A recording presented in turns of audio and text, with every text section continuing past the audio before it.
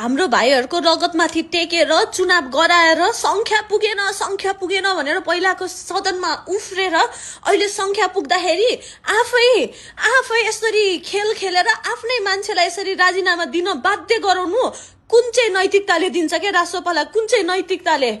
यो एकदमै गलत गर्नुभयो तपाईहरुले, एकदमै गलत गर्नुभयो।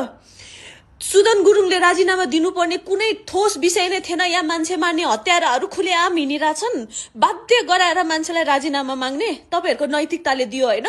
ठीक छ, हाम्रो भाइहरूले हेरिरहेछन्, हामी छोड्दैनौँ, हामी सडकमा आउँछौँ, हामी छोड्दैनौँ।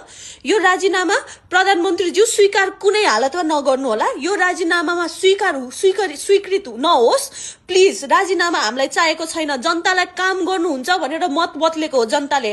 तपाईहरुको त्यो राजीनामा दिने अनि मन्त्री बनाउने राजीनामा दिने भनेर खेल खेलाउनलाई हैन, यो भाडाकुटी खेलाउनलाई जनताहरूले मत दिएको होइन। जनताहरूले हाम्रो भाइ बहिनीहरू मरेको भरले, हाम्रा भाइ बहिनीहरूलाई पहिलाको सरकारले मारेको भरले यो राजीनामा के अरे यो अहिलेको सरकार बनेको हो। अहिले यत्रो मत परिवर्तन भएको हो, देशको लागि थियो, हाम्रो भाइहरूको लागि थियो। तर यो तपाईहरुको भाडाकुटी खेलेको जस्तो खेल खेल्नलाई थिएन।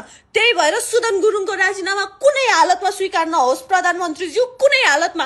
म एउटा शहीदको दिदी हो, म तपाईहरुलाई बिन्ती गरेर भन्छु, यो कुनै हालतमा स्वीकृत नहोस्।